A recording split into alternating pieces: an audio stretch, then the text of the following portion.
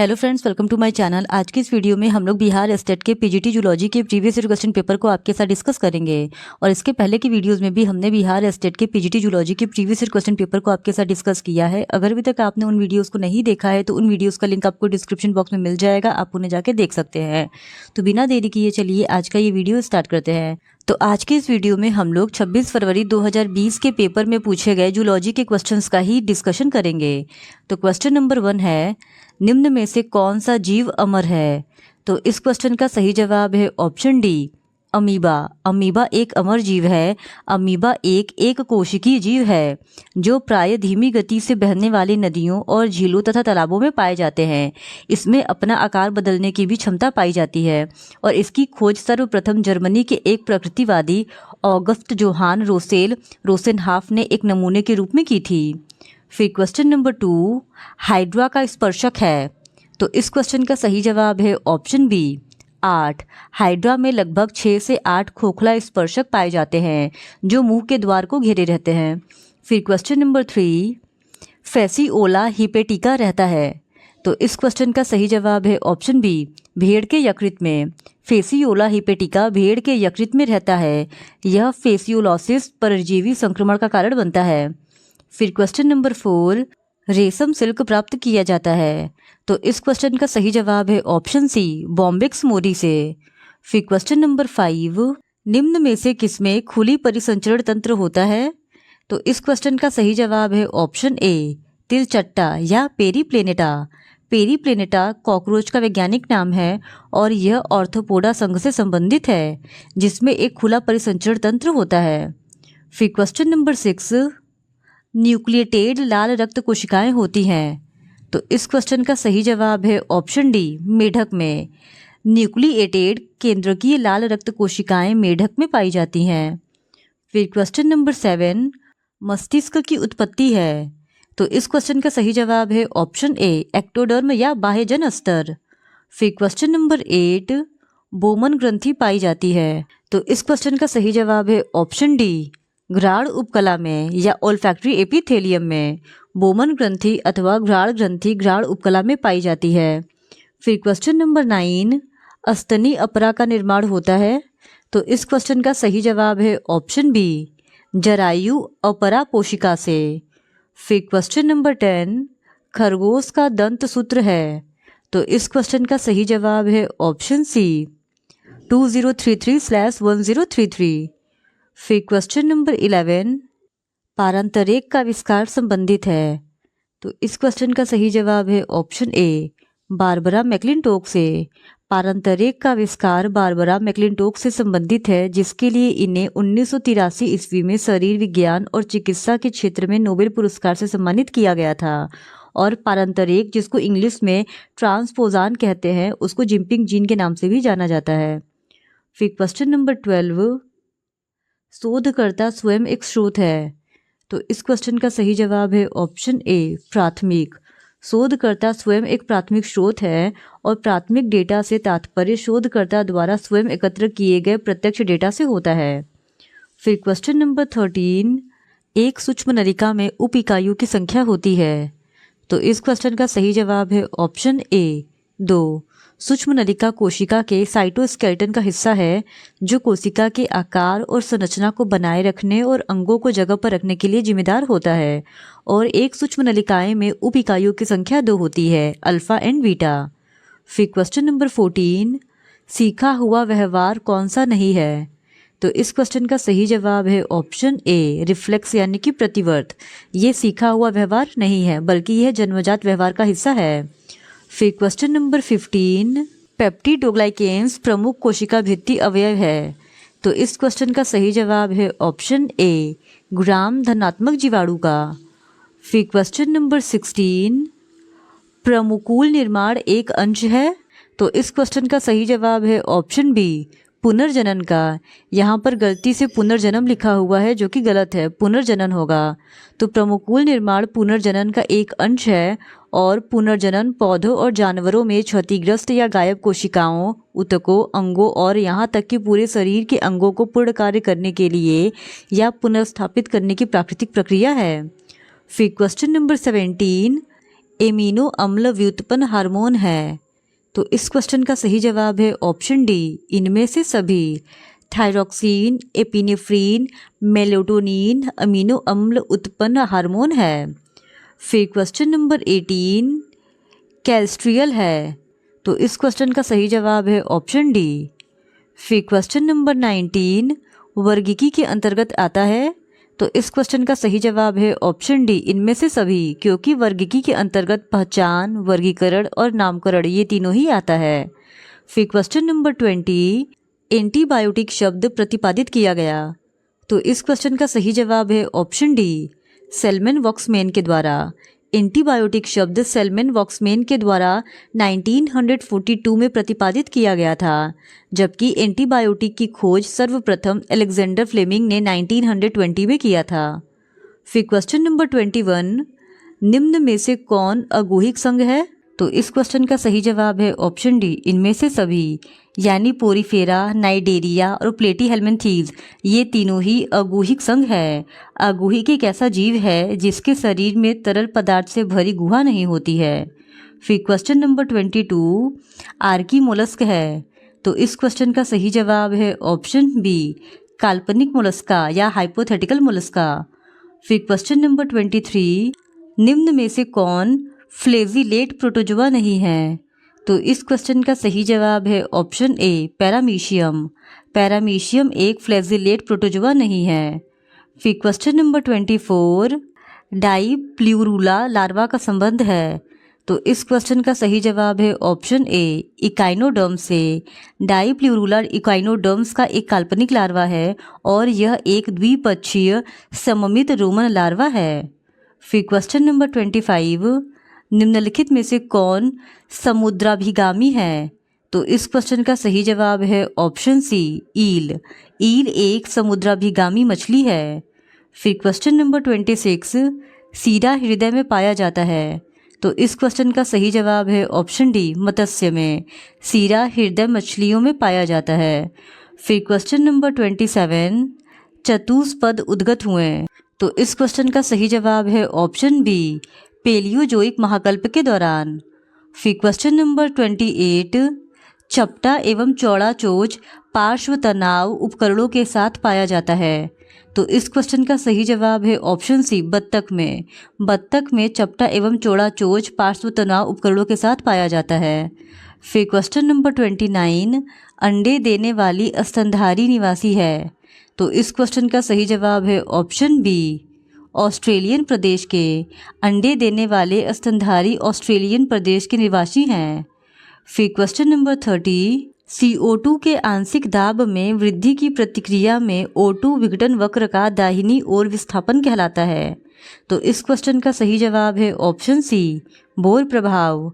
CO2 के आंशिक दाब में वृद्धि की प्रतिक्रिया में O2 विघटन वक्र का दाहिनी ओर विस्थापन बोर प्रभाव कहलाता है और वक्र का दाहिनी ओर खिसकना यह इंगित करता है कि हीमोग्लोबिन में ऑक्सीजन के लिए आकर्षण कम हो गया है और इस प्रकार ऑक्सीजन सक्रिय रूप से अनलोड होता है।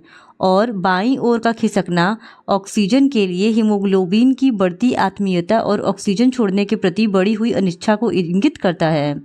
फिर क्वेश्चन नंबर 31 खाद्य श्रृंखला में निम्नलिखित में सबसे अधिक आबादी किसकी है? तो इस क्वेश्चन का सही जवाब है ऑप्शन डी, अपघटनकर्ता। और अपघटनकर्ता ऐसे जीव होते हैं जो बैक्टीरिया और कवक जैसे मृत और सड़ने वाले पदार्थों पर भोजन करते हैं और ये पोषक तत्वों को वापस में मिट्टी में मिला देते हैं, जिससे वह पुनः अन्य जीवों को प्राप्त हो जाते हैं।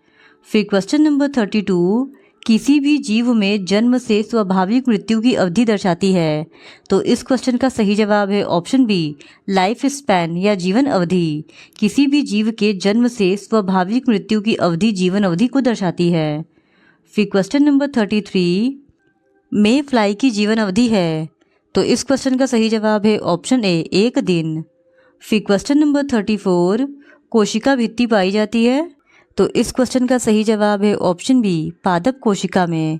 कोशिका भित्ति पादप कोशिका में पाई जाती है और कोशिका भित्ति पादप कोशिका का सबसे बाहरी आवरण होता है और यह सख्त और लचीला परत होता है जो कोशिका को संरचनात्मक सहायता और सुरक्षा प्रदान करता है। जंतु कोशिकाओं में कोशिका भित्ति नहीं पाई जाती है। फिर क्वेश्चन नंबर 35, जीवाश्मों को संरक्षित किया जाता है। तो इस क्वेश्चन का सही जवाब है ऑप्शन बी, तलछटी चट्टानें या सेडिमेंट्री रॉक्स में। फिर क्वेश्चन नंबर 36, ग्लोबल वार्मिंग का कारण है। तो इस क्वेश्चन का सही जवाब है ऑप्शन ए, वायु प्रदूषण। वायु प्रदूषण ग्लोबल वार्मिंग का एक कारण है। फिर क्वेश्चन नंबर 37, रतौंधी किसकी कमी के कारण होता है। तो इस क्वेश्चन का सही जवाब है ऑप्शन ए, विटामिन ए की कमी से। फिर क्वेश्चन नंबर 38, युग्मक का निर्माण किसके दौरान होता है। तो इस क्वेश्चन का सही जवाब है ऑप्शन बी, युग्मक जनन के दौरान।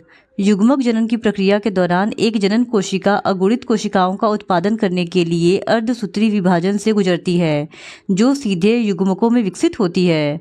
फिर क्वेश्चन नंबर 39, एक जीन एक एंजाइम परिकल्पना किसके द्वारा प्रस्तावित की गई थी। तो इस क्वेश्चन का सही जवाब है ऑप्शन डी, बीडल एवं टेटम के द्वारा। एक जीन एक एंजाइम हाइपोथेसिस बीडल एवं टेटम के द्वारा दिया गया था।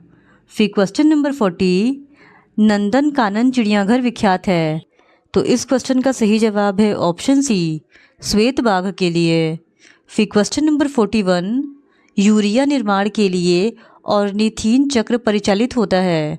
तो इस क्वेश्चन का सही जवाब है ऑप्शन बी, यकृत में। यूरिया निर्माण के लिए ऑर्निथीन चक्र यकृत में परिचालित होता है। फिर क्वेश्चन नंबर 42, स्टेरोराइडोजेनेसिस होता है। तो इस क्वेश्चन का सही जवाब है ऑप्शन बी, लेडिक कोशिकाओं में। स्टेराइडोजेनेसिस वह जैविक प्रक्रिया है जिसके द्वारा कोलेस्ट्रॉल से स्टेरॉयड उत्पन्न होते हैं और अन्य स्टेरॉयड में बदल जाते हैं। फिर क्वेश्चन नंबर 43, हसिया कोशिका अरक्तता का लक्षण है।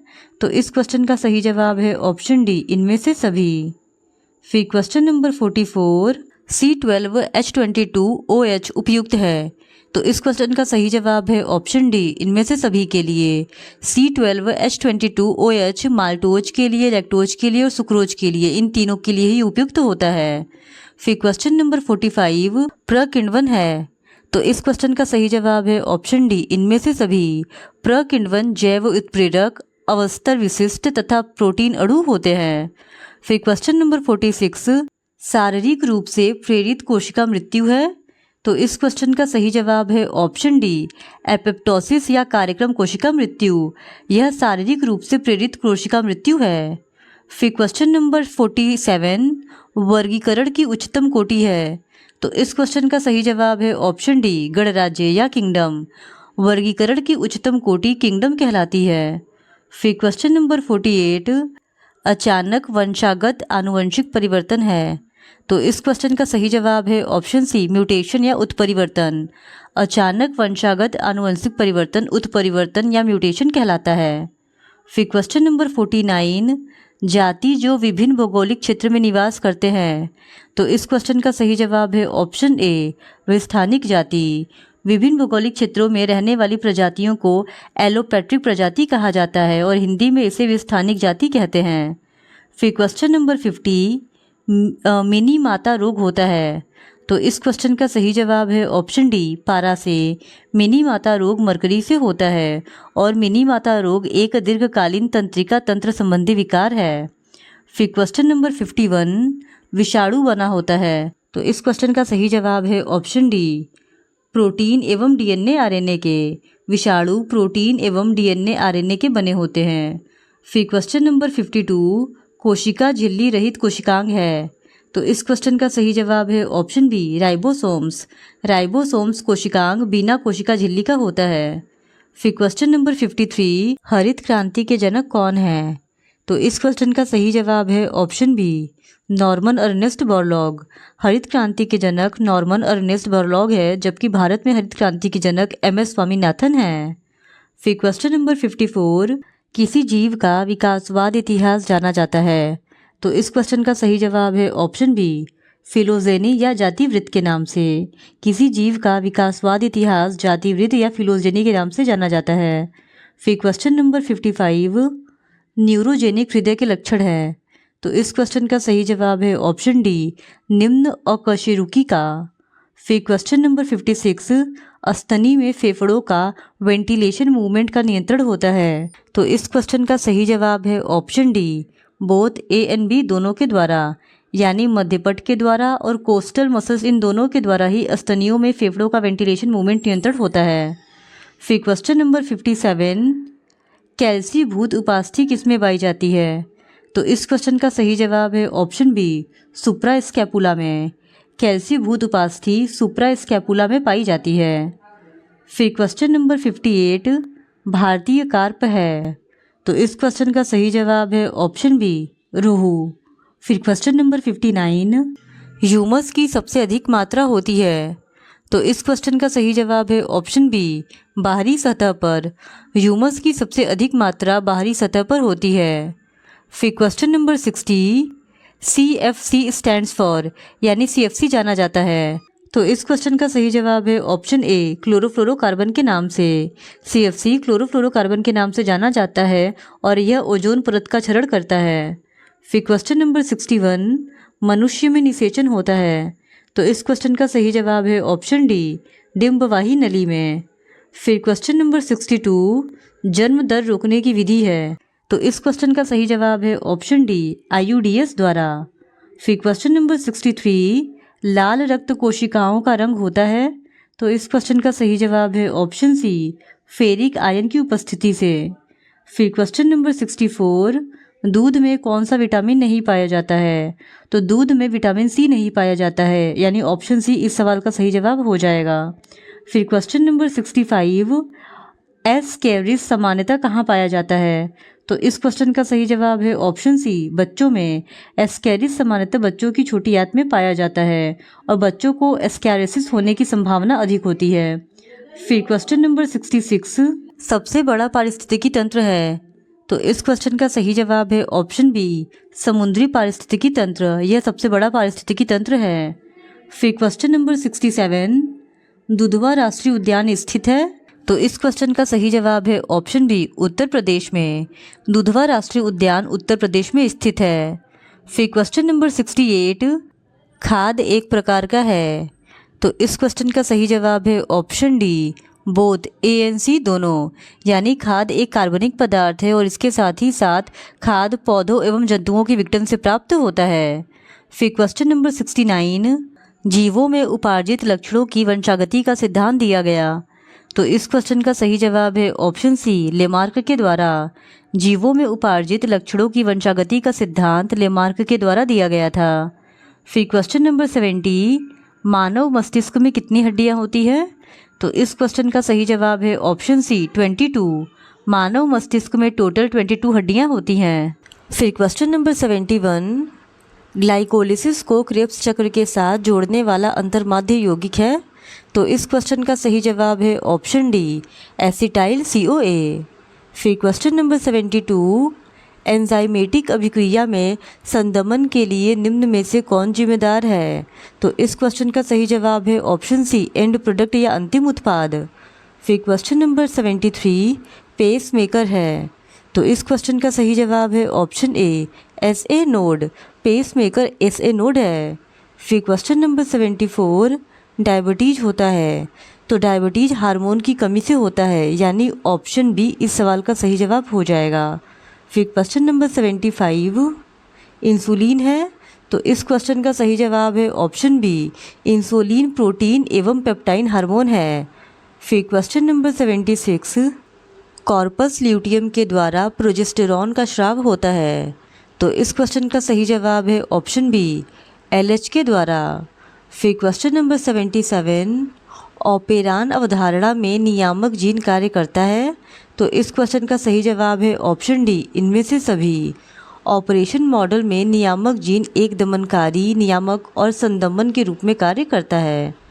फिर क्वेश्चन नंबर 78, यदि DNA कोडांस ATG हो तथा प्रारंभ में एक साइटोसिन बेस मिला दिया जाए तो निम्न में से क्या परिणाम होगा? तो इस क्वेश्चन का सही जवाब है ऑप्शन सी, CAT-GAT-GATG। फिर क्वेश्चन नंबर 79, प्रोटीन संश्लेषण होता है। तो इस क्वेश्चन का सही जवाब है ऑप्शन ए, राइबोसोम्स के द्वारा। फिर क्वेश्चन नंबर 80, क्रिस्टी निम्न में से किससे संबंधित है? तो इस क्वेश्चन का सही जवाब है ऑप्शन सी माइटोकॉन्ड्रिया से। क्रिस्टी माइटोकॉन्ड्रिया से संबंधित है और इसका प्रमुख कार्य माइटोकॉन्ड्रिया झिल्ली की सतह क्षेत्र को बढ़ाना होता है। फिर क्वेश्चन नंबर 81, उत्परिवर्तन का आविष्कार एवं नामकरण किया गया। तो इस क्वेश्चन का सही जवाब है ऑप्शन सी डी व्रिस के द्वारा। उत्परिवर्तन का आविष्कार एवं नामकरण डी व्रिस के द्वारा किया गया था। सन 1901 ईस्वी में आनुवंशिकीविद ह्यूगो डी व्रिस ने इवनिंग प्रिमरोज पर अपने प्रयोगों में अचानक उभरे प्रतीत होने वाले नए रूपों को उत्परिवर्तन नाम दिया था। फिर क्वेश्चन नंबर 82, अजगर का अवशेषी अंग है। तो इस क्वेश्चन का सही जवाब है ऑप्शन डी पश्चपाद। फिर क्वेश्चन नंबर 83, भ्रूणिकी विकास का सामान्य सिद्धांत दिया गया। तो इस क्वेश्चन का सही जवाब है ऑप्शन ए वॉन बेयर के द्वारा। फिर क्वेश्चन नंबर 84, काई स्क्वायर परीक्षण का इस्तेमाल किया जाता है। तो इस क्वेश्चन का सही जवाब है option C goodness of fit के लिए। फिर क्वेश्चन नंबर 85, पूर्ण कोरिकी विदलन होता है। तो इस क्वेश्चन का सही जवाब है ऑप्शन डी मेसोलिथिसल अंडा में। फिर क्वेश्चन नंबर 86, फर्टिलाइजिन एक रासायनिक पदार्थ जिसे निर्माण होता है। तो इस क्वेश्चन का सही जवाब है ऑप्शन ए विकसित अंडा। फिर क्वेश्चन नंबर 87, स्तनी में बाल को उत्पन्न करता है। तो इस क्वेश्चन का सही जवाब है ऑप्शन डी स्ट्रेटम जर्मिनेटिवम। फिर क्वेश्चन नंबर 88, हिंस बंडल पाया जाता है। तो इस क्वेश्चन का सही जवाब है ऑप्शन डी हृदय में। फिर क्वेश्चन नंबर 89, फ्लाइंग फॉक्स है। तो इस क्वेश्चन का सही जवाब है ऑप्शन बी चमगादड़। फिर क्वेश्चन नंबर 90, स्टिकल बैक में अनुरंजन किसके द्वारा दर्शाया गया। तो इस क्वेश्चन का सही जवाब है ऑप्शन बी टीनबर्जेन। फिर क्वेश्चन नंबर 91, यांत्रिक सहायता प्रोटीन संश्लेषण एवं प्रकीर्णन प्रतिरूपण के लिए निम्न में से कौन जिम्मेदार है। तो इस क्वेश्चन का सही जवाब है ऑप्शन डी अंतर्द्रव्य झिल्ली। फिर क्वेश्चन नंबर 92, ग्लूकोज है। तो इस क्वेश्चन का सही जवाब है ऑप्शन ए मोनोसेकेराइड। फिर क्वेश्चन नंबर 93, रक्ताणु की परिपक्वता के लिए डैश का होना आवश्यक है। तो इस क्वेश्चन का सही जवाब है ऑप्शन सी विटामिन B12। रक्ताणु की परिपक्वता के लिए विटामिन B12 का होना आवश्यक है। फिर क्वेश्चन नंबर 94, अमीनो अम्ल का कार्यात्मक समूह है। तो इस क्वेश्चन का सही जवाब है ऑप्शन डी ए एवं बी दोनों। फिर क्वेश्चन नंबर 95, वसा जो बिजली बदलाव के लिए रोधी जैसा कार्य करता है पाया जाता है। तो इस क्वेश्चन का सही जवाब है ऑप्शन ए तंत्रिका ऊतक के समीप। फिर क्वेश्चन नंबर 96, पर्यावरण में तापमान बदलाव में बहुत जंतु पर प्रभाव पड़ता है जो। तो इस क्वेश्चन का सही जवाब है ऑप्शन सी असमतापी। असमतापी ठंडे रक्त वाले जानवर है जो निरंतर शरीर के तापमान को बनाए नहीं रख सकते हैं और इसलिए पर्यावरण में तापमान परिवर्तन से प्रभावित होते हैं। फिर क्वेश्चन नंबर 97, जैविक समुदाय में प्राथमिक उपभोक्ता है। तो इस क्वेश्चन का सही जवाब है ऑप्शन डी शाकाहारी। फिर क्वेश्चन नंबर 98, वर्षा ऋतु के दौरान ब्रायोफाइट्स हरा जाल निर्माण करता है। तो इस क्वेश्चन का सही जवाब है ऑप्शन डी इनमें से सभी, गीली मिट्टी के द्वारा, चट्टानी इलाकों पर और पेड़ों के छाल पर। फिर क्वेश्चन नंबर 99, कृषि पीड़क का जैविक नियंत्रण रासायनिक नियंत्रण की अपेक्षा है। तो इस क्वेश्चन का सही जवाब है ऑप्शन सी स्वनियंत्रित। फिर क्वेश्चन नंबर 100, निम्न में से किस पशु का स्वभाव खूंखार है। तो इस क्वेश्चन का सही जवाब है ऑप्शन ए शेर एवं ऑप्शन सी घड़ियाल। इन दोनों ही पशु का स्वभाव खूंखार है। इस तरह आज की इस वीडियो में हमने बिहार एस्टेट पीजीटी जूलॉजी के प्रीवियस ईयर क्वेश्चन पेपर को डिस्कस कर लिया है और इसी तरह आप और भी प्रीवियस ईयर क्वेश्चन पेपर को देखना चाहते हैं तो please do subscribe to my channel and like this video. Thank you very much.